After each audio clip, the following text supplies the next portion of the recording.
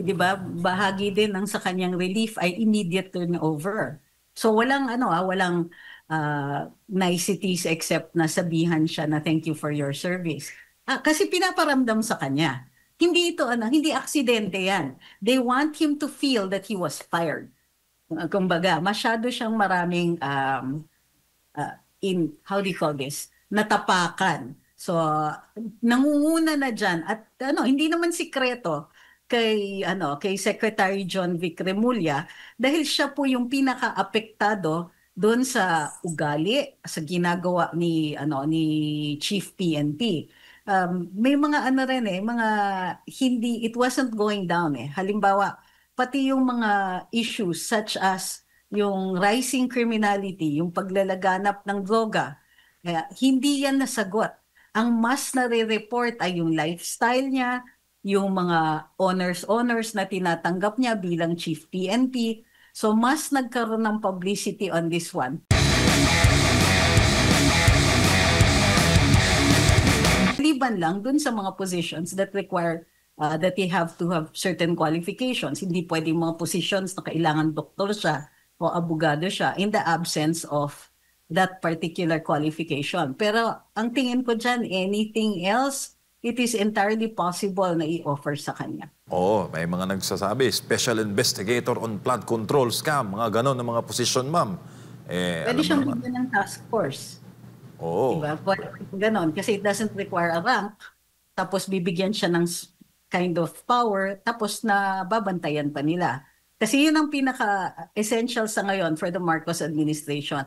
Hindi nila ma-afford gumawa ng malalaking at panibagong mga kalaban.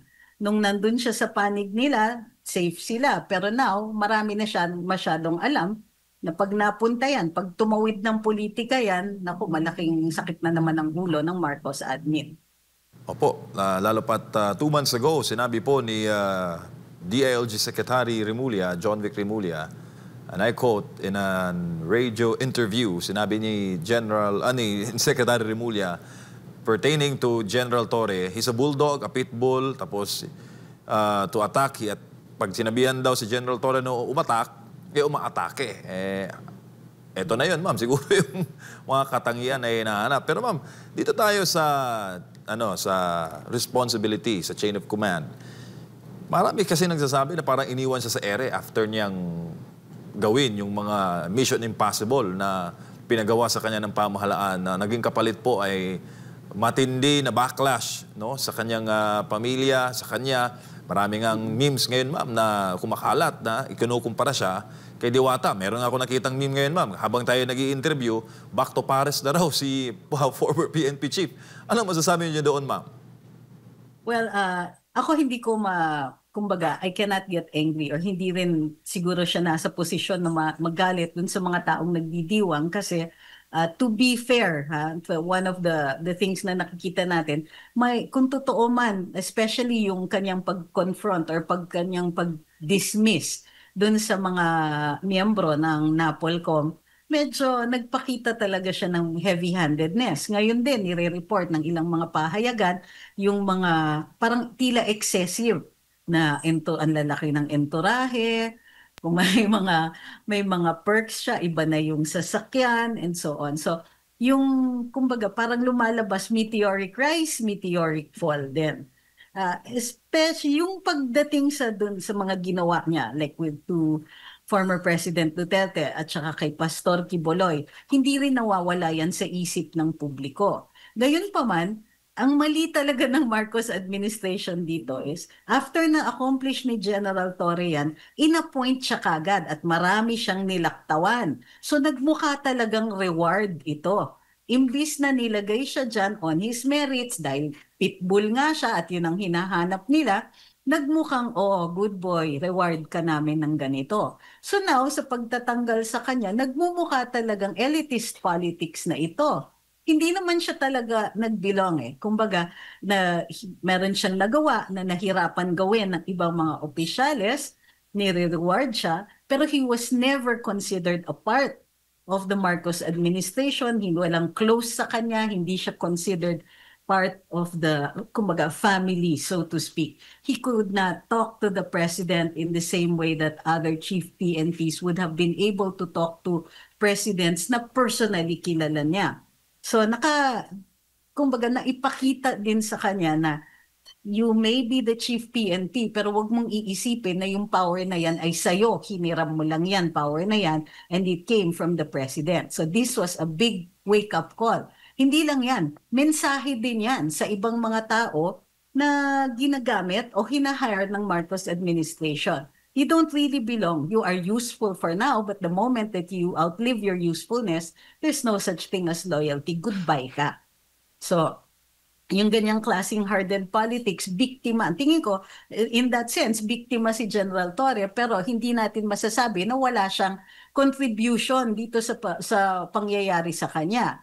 Yung kanyang attitude was also noted. I mean, nakikita naman natin, lantaran yan eh. Nakikipagbardagulan din siya. May mga kaso siyang final against certain vloggers. Naging hypersensitive siya. When before, mas mahaba naman ang pasensya niya. So, power really corrupts and absolute power corrupts absolutely. So, in this case, nakatikim lang ng konti, nagkaroon ka agad ng impression, masyado naman yata siyang nag-enjoy doon. So, even yung mga figures or power figures dyan sa Marcos administration, parang may hampas ito. Wag mong iisipin na belong ka dito. Nagamit ka namin, useful ka. Ngayon, di ka na useful kasi nakakahiya na. So, ang bilis.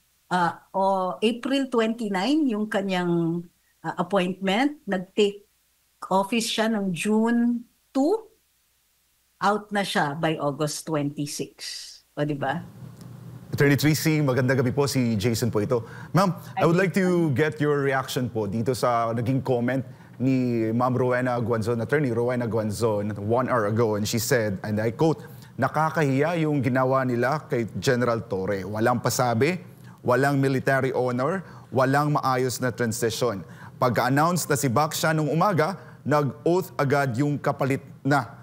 And then ma'am, ang napansin rin ng ating mga kababayan ay hindi dumalo si General Torre doon po sa transition ng bagong talagang PNP chief. Your thoughts on this po? Actually, di ba, bahagi din ng sa kanyang relief ay immediate turnover. So walang niceties except na sabihan siya na thank you for your service. Kasi pinaparamdam sa kanya. Hindi aksidente yan. They want him to feel that he was fired. Kumbaga, masyado siyang maraming how do you call this? Natapakan. So, nangunguna na dyan. At hindi naman sikreto kay Secretary John Vic Remulla dahil siya po yung pinaka-apektado doon sa ugali, sa ginagawa ni Chief PNP. May mga it wasn't going down eh. Halimbawa, pati yung mga issues such as yung rising criminality, yung paglalaganap ng droga, hindi yan nasagot. Ang mas nare-report ay yung lifestyle niya, yung mga honors na tinatanggap niya bilang Chief PNP.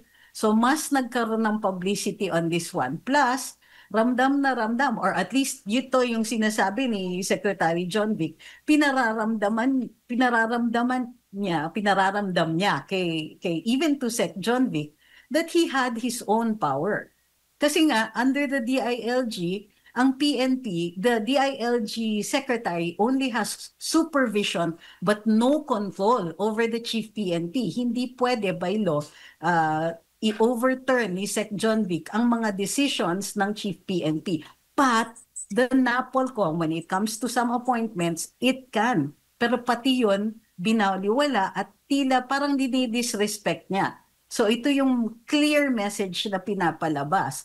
Yung disrespect, yung arrogance na yun, pinakita niya to members of the Marcos administration. Pinaramdam din sa kanya that you don't do that. Particularly with an administration as elitist as this one, pinaramdam din sa kanya, out ka. And this is unceremonious. It should, para hindi walang magkamali. This was a firing, sugar-coated as a relief.